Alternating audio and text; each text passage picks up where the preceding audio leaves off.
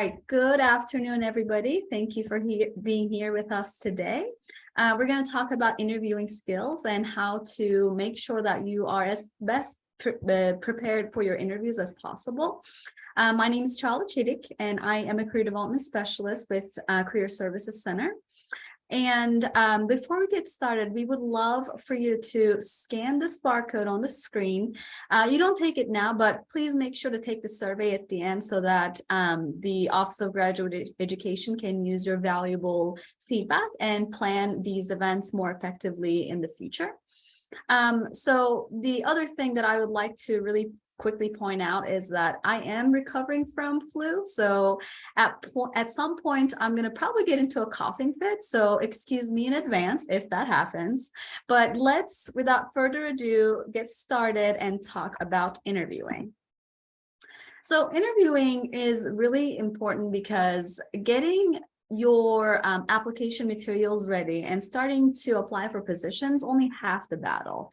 The other half really is about making sure that you understand the strategy and technique that go into interviewing, because a lot of people, especially when they're extroverted, they kind of make the mistake of thinking, if I can get that interview, I know I can just, talk my way around it and somehow get the job because I'm really good with people.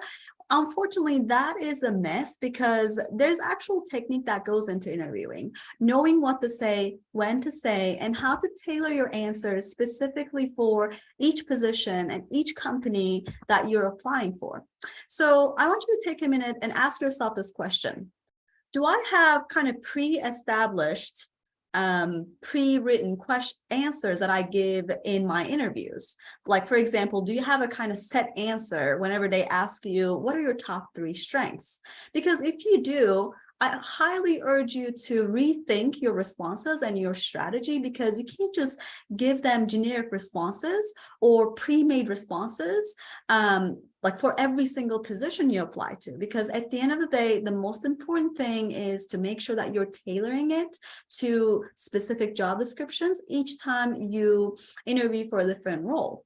So for example, I may use 3 different strengths for position A versus some other strengths for position B. It will all depend on what is valued and what is more important for the position that you're applying to. So we're going to get more into details about these. So let's move forward with the next topic that we're going to discuss. How do you prepare for an interview?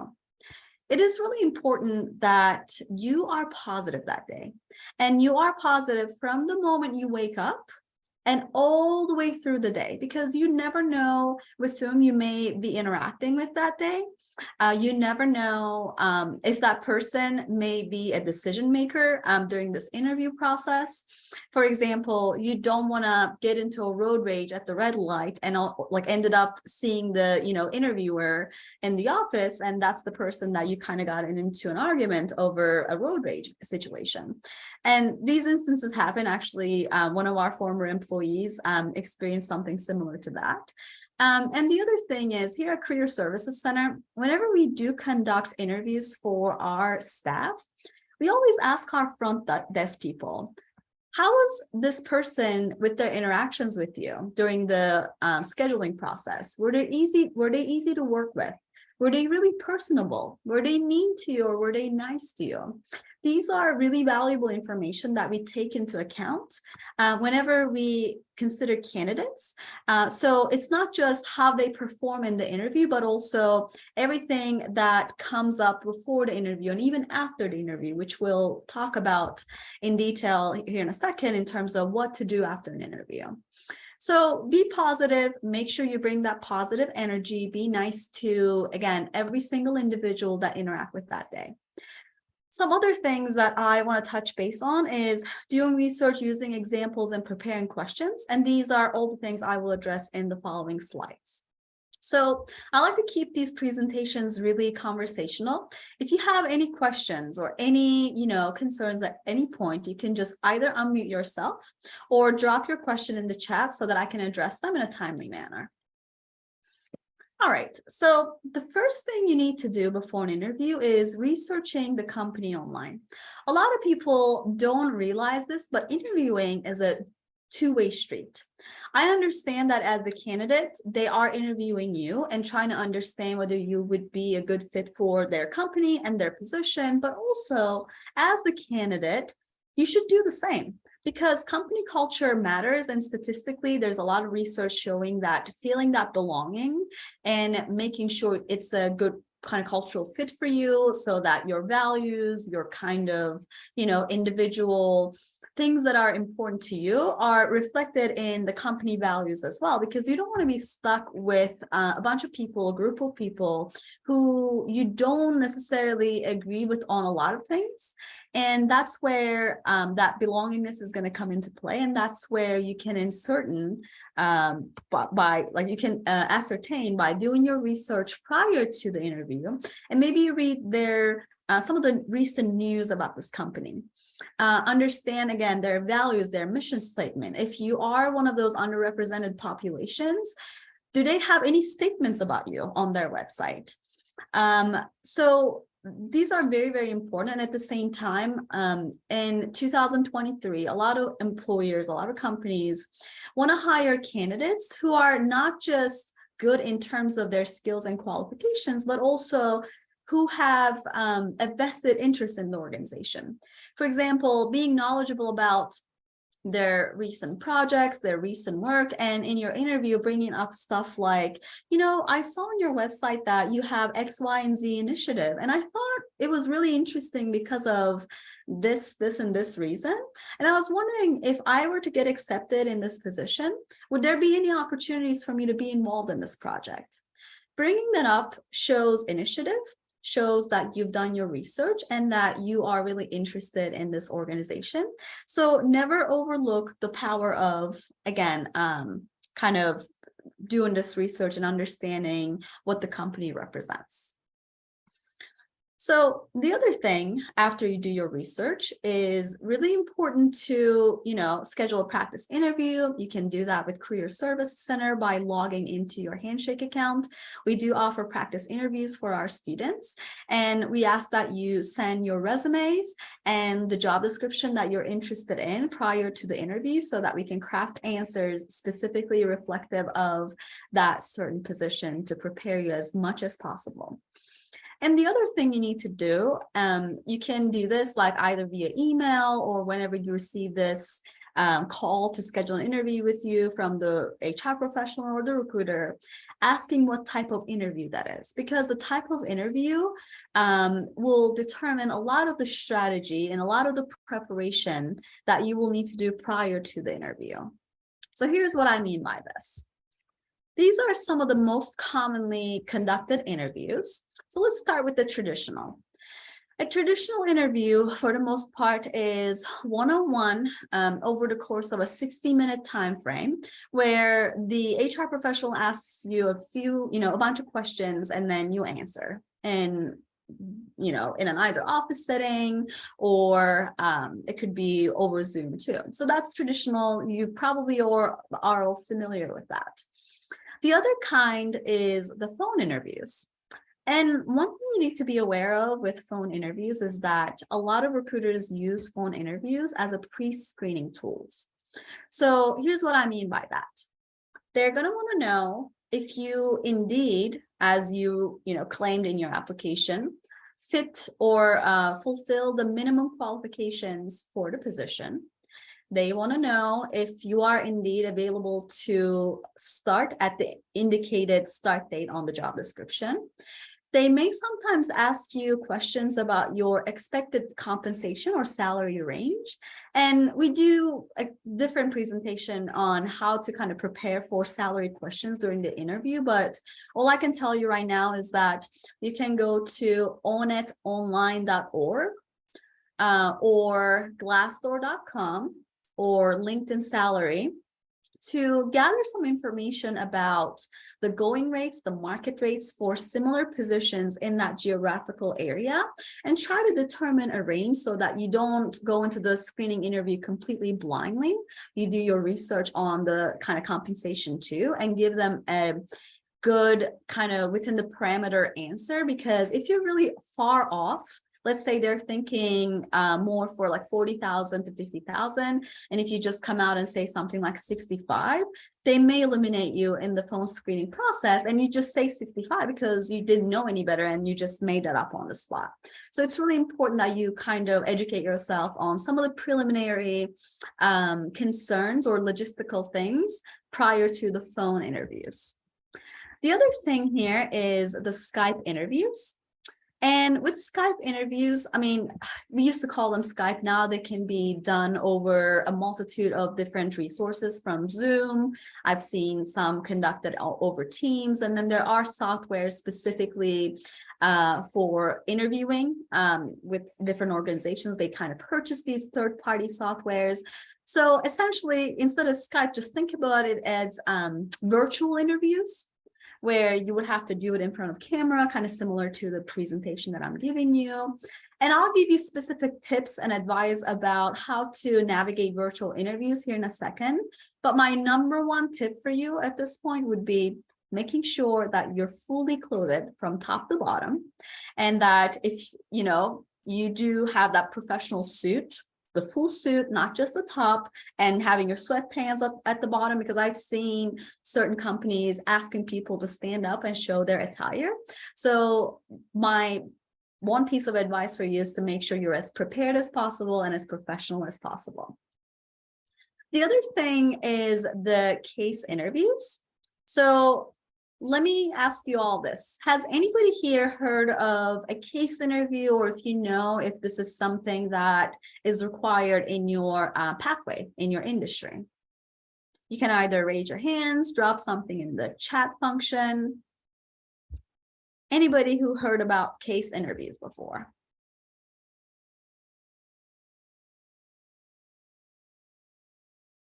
Okay, it looks like we didn't, which is fine. So the case interviews are really great tools for companies to observe you in your natural environment. By that, I mean, if you are in a field such as law, certain types of or fields in business, engineering, STEM related roles, chances are you're going to either face some kind of technical interview or case interview.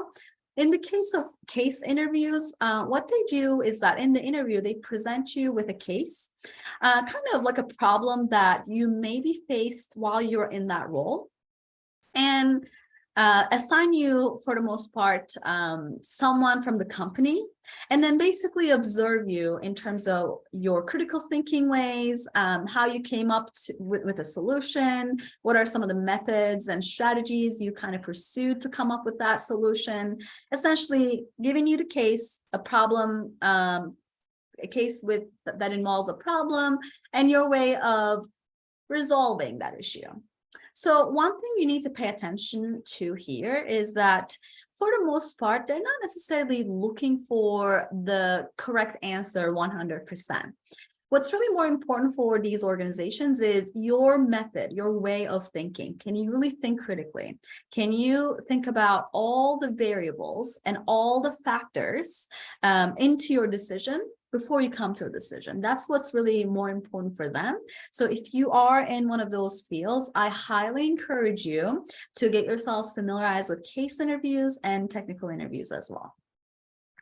The lunch interview or dining interviews, it's a can of worm that I'm not going to open here. All you need to know is that if you're in a client-facing role, such as law or some kind of sales, chances are there's going to be a component during your interview where they're going to take you out to lunch or dinner to gauge if you are the kind of person who can represent their company in a dining situation.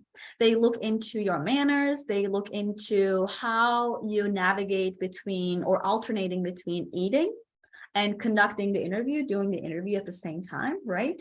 It's a high pressure situation. There's actual technique that goes into it. If you are faced with a situation where you may be taken out for lunch or dinner, please contact us and we would be more than happy to help you with that scenario. And the final type of interview is the group interview, which has lots of different dynamics going on all at the same time. They can do group interviews in a multitude of ways. So one way is to have a panel that is interviewing you, and you would be the only person on the interviewee side, or there could be a panel and a bunch of interviewees at the same time. So it's a high pressure situation because you're all being evaluated by this panel, and employers really pay attention to your interactions with other people. So for example, in a high competition situations, how do you treat other people? Are you one of those people that jumps into every single question, or one of those people that kind of get lost in the background? So you shouldn't be either of them, and really need to focus on that fine dynamic of, answering, first some, and knowing how to hold back or when to hold back is going to be a really important skill to have in navigating the group interviewing settings. So these are some of the different types of interviews or interview scenarios that you may be faced with. I'm going to pause here for a second and make sure that we don't have any questions up until this point. It could be regarding the types of interviews or anything else that we've discussed so far. Take a second, and if you have anything, please feel free to drop it in the chat. Okay, wonderful. Let's talk a little bit about dressing professionally. I guess my best piece of advice for you would be knowing when to dress professionally. And the difference between business professional, business casual, and interview attire. A lot of people don't know the difference. You should never show up to an interview in a business casual attire unless you've been told otherwise by the recruiter. Our suggestion is always to be conservative in these scenarios, because we've never heard anybody not getting the position because they were overdressed. But we always hear the exact opposite from recruiters, where the candidate is underdressed and they were written off from consideration.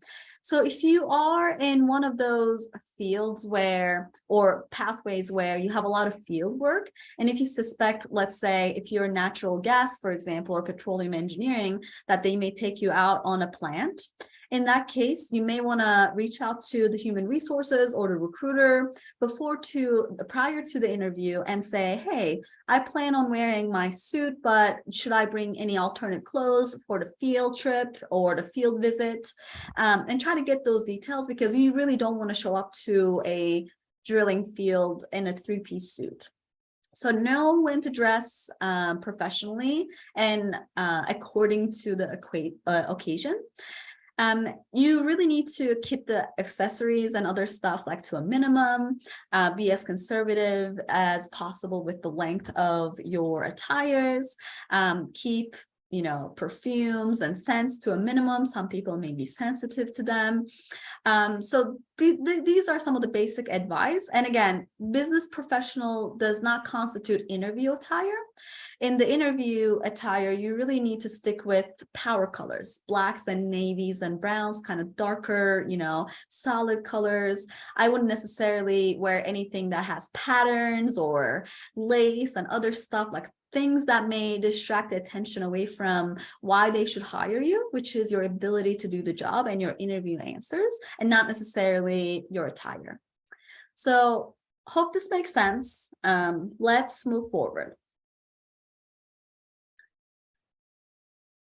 Okay, I didn't mean for that to happen. Let's continue. Get these ready before the interview. I think you can never be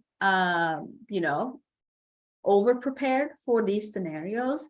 I personally like to have a portfolio with me, including my resume, my cover letter, my references, any supplemental documents that may be appropriate for the context of the interview. And before we start the interview, if it's an in-person interview, I always shake their hand and offer them a copy of my resume. If they already have it in front of them, obviously don't do that. But if they're kind of sitting there and they have nothing, it would be helpful to offer your resume and show them how prepared you are. It's just a good look, good first impression. And the other things you should get ready, or let me ask you guys this. During the interview, in most interview cases, they will ask you if you have any questions for them, right? At the end, for the most part, they always ask this question. Should you have questions for the interviewer? What do you all think? Should you kind of be like, no, I'm good because you were really helpful and explained everything? Or should you still have follow-up questions to the person? What do you all think? You can just drop yes or no.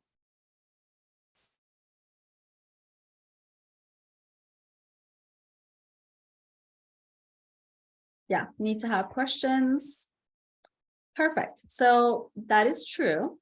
So if your inclination is to be like, no, you were really helpful, I think I got everything I needed from you, please don't do that. You should always have questions for the recruiter, and you should prepare those questions before the interview. It's really important to ask questions because what does that really show? It shows that you're interested.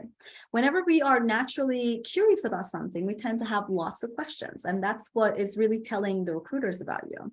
So in the interview, there are some good questions to ask and some questions that you should not necessarily ask. For example, if it's something that can be directly inferred from the job description, I wouldn't ask it, because then they're like, did you even read the job description, or did you even look into our website? That's literally the first thing that shows up if you ever go to our website. So you can still ask questions regarding the job description, but make them like clarifying questions. For example, I know that in the job description, you mentioned that I'd be dealing with lots of project management roles or project management cases. So can you please clarify X, Y, and Z in relationship with this? So asking that clarifying question kind of shows that I know I read the job description, but I just need a little bit more information about this part of it. It's always good to ask, what does a typical workday look like? You can ask questions about the company culture. It's really important to ask about a natural career progression. If you are the kind of person who's interested in promotions and kind of working your way up in the company. And always ask this question: what are the next steps in the hiring process? It is very important to ask that because different companies have different timelines. You shouldn't naturally assume that they would get back to you within a week or two if they didn't mention anything about a timeline, right? Because some recruiters, their hiring may not have that immediacy. In that case, they may take up to 2 months. So you don't want to just bite your nails at home and expect a call from them if the timeline is 2 months, versus if it's like in 3 days, you better hurry up and maybe send them something that I'm not going to give you any spoilers of right now. I'm going to save it till the end. But if the turnaround time is rather short, you should know that, because there are things you need to do after the interview, and you can do those things sooner rather than later if they want to make a decision by tomorrow. And I will talk about those things at the end of the presentation. So hang in tight. All right, so these are the questions you can ask. And with regards to the virtual interviews, it's really important that you treat it as a traditional interview, because at the end of the day, it is an interview. One thing that may be awkward with it is the lack of like in-person interaction. So I don't know if you noticed, but when I'm presenting, I still look into my camera to maintain some semblance of an eye contact with you guys. I still am trying to be personable, use my gestures in a sense that it's engaging. It's really important to pay attention to those cues over like virtual interviews. You need to test your internet connection prior to the interview. Make sure that your software doesn't need any updating. Like I would literally log in about an hour or so before just to test everything and make sure there's no glitches, that your internet connection is stable. If you live in big complexes here in Morgantown where you don't have reliable internet, you can actually reserve different rooms here at WVU, from WVU libraries to some other options, and get good internet speed. So make sure to look into that.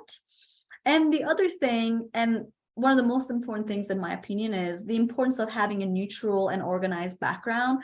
I see in some of the interview cases, unfortunately, there's an unmade bed in the back, a lot of maybe stuff going on in some cases, like clutter, maybe unorganized spaces. Make sure you avoid that. When in doubt, either use a blurred background, or you can kind of back your back against the wall so that all they're seeing is that natural or neutral wall behind you. These are some of the tips that I can give you in relationship with virtual interviews. And it's really important that you wake up early and ready that day. Don't eat anything out of the ordinary that you would normally eat. If you're not a coffee drinker, please don't drink coffee that day, because your body is going to react to it very differently, and you don't want to experience that when your nerves are really keyed up. And prepare emotionally too. Do some breathing exercises, work on your anxiety, and plan to leave early and arrive early. So here's my question for you guys. How early should you arrive for your interview in terms of minutes? Let's say your interview is at 1 p.m. When should you be at the lobby of this organization? Let's see in the chat. 15 minutes. Perfect. Yes, it's about 10 to 15 minutes. Now, here's what I wouldn't recommend though. Let's say your interview is in Pittsburgh and you're going to drive from Morgantown to Pittsburgh. I would time myself so that I get to Pittsburgh a little earlier than 10 to 15 minutes, maybe an hour perhaps. And I wouldn't necessarily show up at the company an hour before the interview, but find maybe a coffee shop, a place where you can sit down and bide your time, because you really don't want to time it so that you only get there 10 minutes prior to it when your nerves are all keyed up, you get nervous about the parking, and even worse, show up late. So that would be my recommendation for interviews that may require you to travel a little further.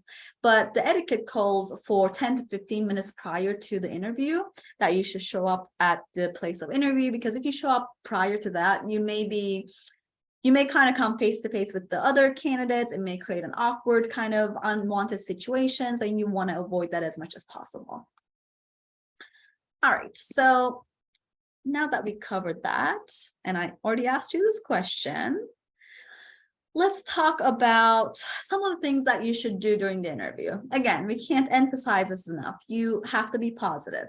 You have to use appropriate body language. I am Turkish, and I tend to use my, body language a lot, my mimics a lot. So it's something that I've been working on to minimize so that it doesn't get distracting to the interviewers. So perhaps maybe do a practice run in front of a mirror and watch out your facial expressions and your body language to make sure that you're as kind of personable and open as possible. Try not to cross your arms.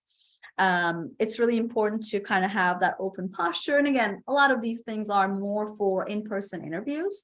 The best thing you can do during a virtual interview is to maintain eye contact, make sure you are fully in the screen and that it kind of doesn't do this weird up and down thing, and you're as personable as possible. Let's see. For Zoom interviews, how early should you join the virtual meeting? Hannah, it's the same. I would say 10 to 15 minutes still would be appropriate. If they show up at 1 p.m. on the dot, that's fine. But as the candidate, I think it's important for you to be ready and in the room about 10 minutes prior to the allotted interview time. Hope this answers. Okay. So let's talk a little bit about interview questions. They can ask you different questions, different types of questions in an interview setting. And they're all kind of created to get a sense of different, skills and different kind of qualifications. Some questions are designed to get to know you a little bit better. We call them general questions. Tell us a little bit about yourself. Why did you choose WVU? Tell us a little bit about your long and short-term goals. Describe your work experiences. Why should we hire you? So these are designed specifically to get to know you a little bit better. And in those cases, you just need to sit down and think about maybe your elevator pitch, because your elevator pitch is, for the most part, how you would answer, tell us a little bit about yourself question. You can sit down and think a little bit about your strengths, your goals. And whenever you're thinking about goals, make sure that your goals are kind of congruent with those of the company. So, for example, don't say stuff like, my goal 5 years from now is to work for a Fortune 500 company. So I think as a recent college graduate, it would be great for me to get experience with your company and build my skill set as much as possible. Saying that, I mean, think about it from the perspective of an HR professional. And I've seen this question or this answer given in the past. It's just indicating that you're going to use this company as a stepping stone, and they may not like that answer. So always try to think again, are my answers, are my objectives kind of congruent with those of the company? And make sure you always, tailor to your audience as much as possible. All right, so like I said, general questions, you need to put some thought into it beforehand, but they're not generally as tricky as some of the other types of questions. So there are other question types such as behavior-based. Sometimes they may ask technical questions if you are in a technical field such as STEM or engineering or some of the science related, or even in law related fields really where you have to have a specific, technical knowledge base. But also in all interviews across the board, they're going to ask you these questions that we call behavior-based questions. And you will notice them immediately because they're annoying. They really want you to sit down and think a little bit about how you're going to answer those types of questions, such as, describe me a time when you were in a stressful situation and you demonstrated your coping skills. Give me a specific example of a time when you use good judgment and logic in solving a problem. So you can't just literally give your general way of problem solving for that question. Like whenever I'm faced with a problem, I always try to, do some diagnostics first and try to understand the context, different variables. And then once I understand the context, I do blah, blah, blah. Like this is not appropriate because here's the issue.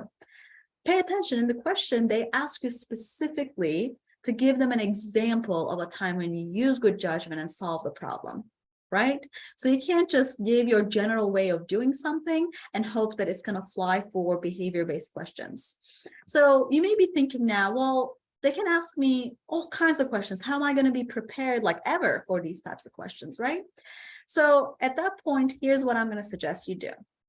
These questions are usually designed to gauge your problem-solving skills, conflict resolution skills, time management skills, interpersonal communication skills. Sometimes they're gauged for, let's go to this specific slide. Sometimes they're designed to gauge your leadership skills. Tell me about a time when you took the initiative and became a leader in a project when you weren't assigned as leader. So if that's the case, think about a scenario maybe like where you demonstrated really good leadership skills. And you don't necessarily have to have the exact answer, like where you weren't elected as a leader and then you've risen up as a leader, but rather, obviously they're trying to gauge your leadership skills. So maybe say something like, that kind of scenario didn't really happen to me, but I think you're trying to get a feel for my leadership skills. So let me tell you about a time when I took the initiative on this specific project and how I handled and carried my team to success. So saying something like that should also work.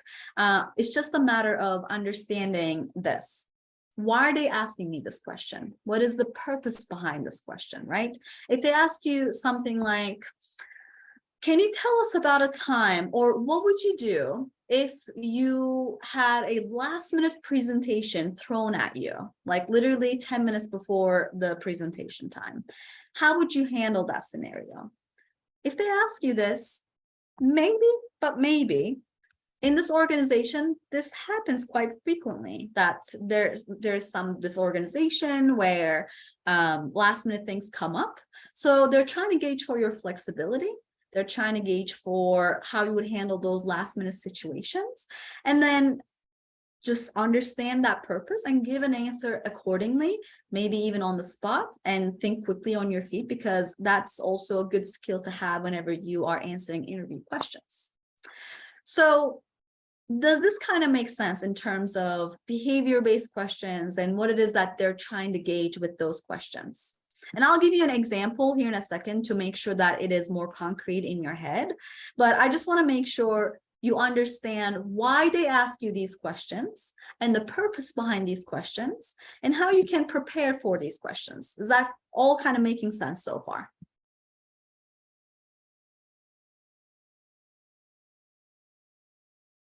Well, I'm going to take it as a yes, hopefully. So one thing you can do to prepare for these kind of questions is that sit down and study your resume before the interview. Think about a time when you resolved problems. Can you kind of build it in a story and present it to them if they ask you a question about problem solving? Think about a time when you demonstrated really good teamwork, where there was maybe someone who wasn't carrying their weight, pulling their weight, and you stood up and did it, got the project done. Or your communication skills, when maybe your counterpart wasn't a good communicator. Think about those instances. Try to come up with examples based on your resume. When I was a graduate assistant for X, Y, and Z, for example, I had a very difficult supervisor. And that's when I learned how to resolve conflict. So let me think about a few examples of conflict resolution based on my experiences in this office. Does that make sense? Like, this is the kind of stuff that you need to do prior to the interview to be as prepared as possible. Whenever you think about those examples, those scenarios, here's how you're going to formulate your answers based on the STAR technique. So you thought of the problem, you thought of the situation in the example, and then you follow the situation, task, action, and results, which is the acronym for STAR, to specifically craft your answers. So let me give you an example. For example, I do have something in the chat. Okay, you will get that, Bevan. So Bevan is asking for a copy of the slides. I'll make sure to share the presentation with you all. So let me give you an example as to how you would use the STAR technique to address behavioral-based questions. Let's pretend here in a second that I am a nursing student and I am applying for a nurse position that works primarily with the geriatrics unit. Okay, the older patients. So the interviewer asks me, can you give us a specific time when you have to deal with a very difficult patient, and how did you go about resolving the issue? So here's how I'm going to answer. I'm in the situation right now. That's a really good question. Actually, I did work with geriatrics patients a lot in the past. And there's this particular scenario in which when I worked for X, Y, and Z hospice, I was assigned to the geriatrics unit of this clinic. And one day my supervisor came and told me that I was assigned to this patient who was known to be very argumentative and difficult with clients or with nurses. So that's the situation. Notice that I'm not spending a whole lot of time. I really quickly painted the picture. So I'm going to talk about the task now, thing that I need to do to resolve the issue. I'll be very honest with you. When I found out that I was assigned to this gentleman, I wasn't thrilled because he had quite the reputation. But as a practitioner, as a nurse, I wanted to do my due diligence and try to build rapport, build a relationship with this patient, because it's really important to do that as a provider. So that's the task, right? Rapport building. So in order to do that, I basically studied his charts, and I noticed that he didn't have a visitor in such a long time, and he lost his closest relative, his wife, a number of years ago. And I really started to feel for this patient, and I decided to not treat him as another patient, but maybe take a special interest in him. Whenever I interacted with this patient, I didn't talk at him. I tried to talk with him, have a conversation with him. Over a couple of days, I found out that he was really interested in history. So whenever I dropped in to take his vials, I would always talk to him about a fun fact about a historical figure, for example. And I'll be honest with you. So these are all the actions that I kind of described, things that I did to build rapport with this client or this patient. Now I'm going to talk about the results. I'll be honest with you. He was very resistant at first, and it took me a long time to build a relationship. But after about a month or so, he started to come out of his shell and start to interact with me. And he was awfully, softer towards me as opposed to his interactions with other nurses. So I will say he ended up being one of my most favorite patients to deal with or to interact with on a daily basis. And we didn't have any issues moving forward. As you can see, I have lots of experience with geriatrics patients. You can see that on my resume as well. And I do feel confident in my ability to build relationships with any type of geriatrics patients from different, backgrounds and different walks of life. So right at the end, I tied it back into the position because the position is about working with this population. So I just kind of reassure them that I feel confident in my ability to work with these clients, with these patients.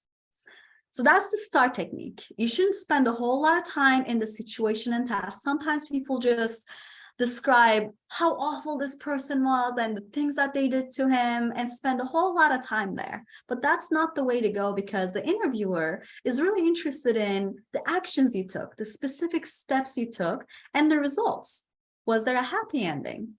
Did whatever you did work? Or did you have to, course correct? If so, what are maybe some of the lessons learned that you will apply to in this job moving forward? These are the kind of things that you should focus on and not necessarily the narratives and the problems, but rather solutions. So this is usually an area where a lot of people struggle, behavior-based questions. So I'm really hoping that this is helpful and kind of gives you a clear idea. Drop in the chat if this is helpful or if there's an area where you need more clarification on. I'll wait for about 10 seconds. And if not, I'll move forward.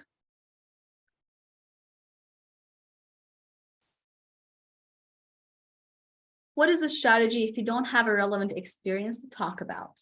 So that's a good question. And Hannah, a lot of college students kind of struggle with that. So first strategy when it comes to relevant experiences, don't point to your weakness. I don't recommend you saying something like, I know that I don't have the relevant experience, but I'm really passionate, blah, blah, blah. So don't say that. Don't frame it like that. What you really need to focus on is what you have, what skills and qualifications you have. Because here's the deal. If they thought you were underqualified and you really weren't a good fit for the position, they wouldn't waste their time interviewing you. Right? There must be something on your resume that was appealing to them.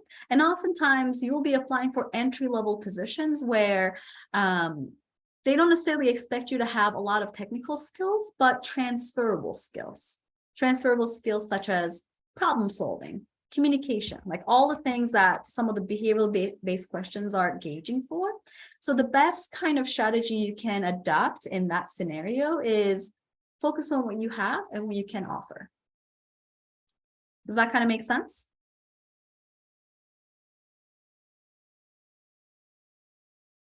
All right, let me talk a little bit about the strengths and weaknesses as well, because a lot of times people, or let me ask you all this.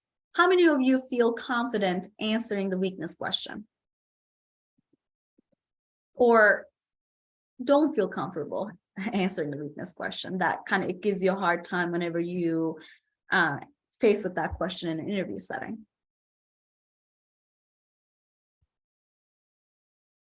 Okay. Some people, yeah. So here's my recommendation for the weakness question. Don't give them more than one weakness if you can help it. Sometimes they're going to ask you in plural, what are your weaknesses, right? Don't give them weakness after weakness after weakness. Stick to one weakness and be honest about it.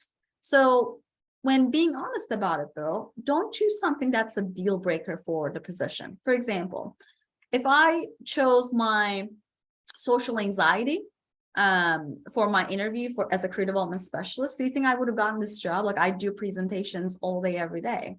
It would be a direct deal breaker to the position. But rather choosing stuff that you need improvement upon and that are not a direct violation of the job description would be the way to go. For example, I would say my biggest weakness is my inability to say no.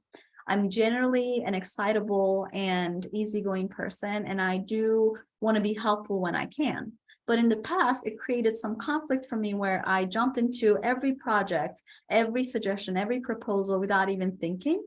And I got things scheduled on my calendar simultaneously. So this is something I've acknowledged though as a weakness, and I've been taking proactive steps to resolve it. For example, nowadays, instead of jumping into saying yes to everything, I let them know that this is such a great idea and I would love to be involved as much as I can. But before I give you an answer, can I please take a few days, check my calendar, check with my supervisor, and get back to you? If it's something that I can do, I would love to be involved as much as I can. So something like that would work in terms of the weakness, because it's not necessarily a deal breaker and something that you've acknowledged as a weakness and you're proactively working towards to make it better. So my suggestion is, again, don't choose a deal breaker when answering that question. All right, so let's move forward. There's going to be some proper and improper questions whenever you are in an interview setting. Don't assume that all recruiters or all HR professionals know what to avoid and what not to ask. It's going to be also your job to determine if it's an appropriate question for them to ask of you. So, but I wouldn't initially, like, if you feel like the recruiter has good intentions and they're just trying to make small talk, but maybe they're undertrained or they don't know any better, asking you something kind of maybe awkward, I wouldn't immediately jump into saying, I don't feel comfortable answering that question, because it kind of creates this unnecessary hostility. Try to first understand the intention, right? Or ask for clarification. For example, you sound like you have an accent where you're from, which I get all the time. It's not appropriate really to ask in an interview, but they're well within their rights to ask you if you speak any foreign languages, and whether you are eligible to work in the United States, whether you have work authorization to work in the United States. These are things that they can ask you, but they are not allowed to ask you necessarily unless it's a federal government role. What's your ethnicity? What is your citizenship status, stuff like that. Like I said, there are exceptions to every rule. Federal government will do that, for example, so be aware of that. The other thing is, do you live in town? Are you a healthy person? Like, these are kind of inappropriate. I warned you about my coughing fit, so give me a second, please. All right.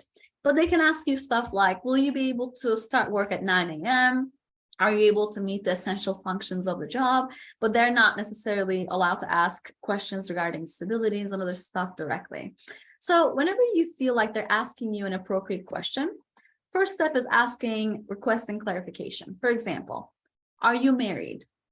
If you get asked that, say something like, excuse me, did I hear you correctly, or did you mean to ask me if I was married? If so, could you please explain me how this relates to my ability to do this job, right?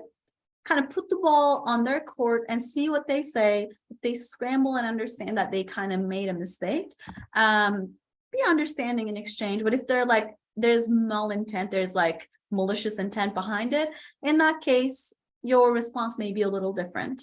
So something like, do you have any kids, for example? They're not allowed to ask you this. So when they ask that, you can try to divert the situation as well. So for example, I heard that your organization is a very family-friendly place to work for, but I'm really more interested in discussing the qualifications for this role. For example, I know you talk about in the job description that you want someone with 5 years of project management experience. For me, I do have X, Y, and Z in project management, kind of diverting away from that question if and when it's appropriate. However, if it kind of gets annoying and is highly inappropriate, such like, for example, what race are you? Would you like to go on a date with me? Which happened to a few people, including myself, in certain cases in the past. It kind of falls into harassment borderline. And in that case, you are allowed to leave the interview. You don't have to complete it at any point. If you feel uncomfortable in that situation, you are well within your rights to leave. And it's a good indication whether, again, remember that company culture. Do you really want to work for an organization whose representatives are asking you these, silly questions?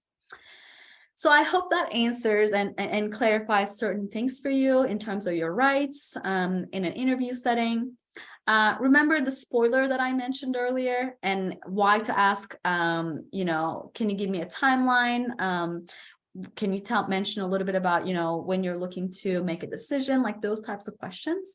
It's really important to ask them and get a feel for their timeline, because there's one thing that you should do after each interview, without an exception. You have to sit down and send a thank you letter to every single individual who took the time that day to interview you. And you need to make that thank you letter personalized to each individual who interviewed you. Maybe talk about something, a conversation that took place between you, maybe an account that they made.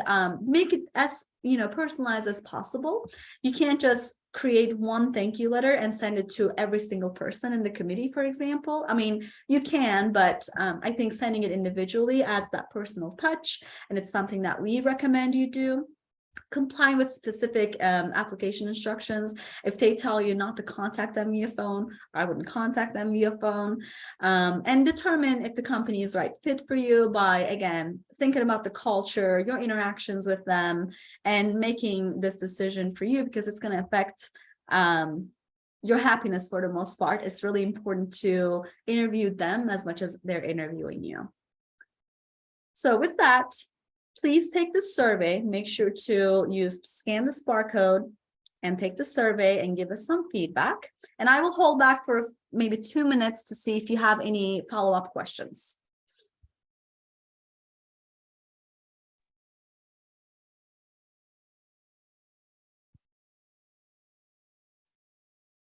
Carla, do you want to tell them about the mock interviews? Mm-hmm. So for those of you who signed up for the mock interviews through Handshake and registered for a time slot, we will be creating, I'm going to guess, let me see if Dave's here. Yeah, Dave's here. So we're going to be creating breakout rooms. I don't know if you're going to do that, Dr. May. So we will be breaking into these breakout rooms to meet with our students who signed up for that space. Hi, Çağla. Hi, Dave. Hi, Betty. How are you? I'm good, thank you. Good. How are you? Hey, I've created another Zoom link with breakout rooms, so I can share that link in the chat, and whoever is scheduled to do one of the breakouts, go ahead and log into that one. Give me just a minute, because I discovered a minute ago that I can't have two Zoom meetings open at the same time. So I'll need to leave this one and go jump into the other one, but and get it open for everyone. But let's see. I've got the Zoom link in the chat there now. And if you have any questions for me, I'm going to log off. There are two, you'll come into the main room, and I have two breakout rooms, one for you and one for Yvonne, and I will move students over accordingly. And Dave, yeah, there's a question in the chat. Would you mind sharing what time slots are still available, if anybody would still be interested? So that way yeah, what I thought we would do is there are two 2 o'clock time slots. So the next available one would be at 2:30. And if anybody wanted to just come over into that room, and I'll go over the schedule with them then. Okay. Okay. Thank you. I appreciate that. Yeah, no problem. All right. Bye. Thanks, everyone. Bye. All right. Well, Salman, thank you so much. I appreciate it. I will share the presentation, the PowerPoint with Dr. May, and I believe whenever they send you all this recording, they will attach the PowerPoint as well. I'm glad you found it beneficial for you. It's glad to know. So Hannah, any modifications to advice if you personally know the interviewer or someone on the interviewer panel? Are you asking from a reference standpoint or a conflict of interest standpoint, Hannah? Because it depends. Like if it's the person that can that you know professionally and that can be a reference to you and it's known by other representatives of the company, it's okay to just say hi, and I'm sure they've already briefed the committee or the individuals in the organization that they know you. But if it's a conflict of interest situation, that's something that should be disclosed by both you and the individual in the company, that you know each other, and maybe it may create some kind of bias in the decision-making process. So it will really depend on the context of that question. I hope that makes sense. Okay, good. Awesome. So I'm jumping back on Dave's Zoom. Thank you so much for being here today, and looking forward to doing these interviews with the individuals who signed up for it. You all have a great day. Thank you very much, Çağla. Yeah. And so I will close this Zoom because you have signed up for the other Zoom. Yep. Yeah. Sounds So great. thank you, everyone. I hope to see you next week in our GSAW activities. All right. Have a good weekend, everyone.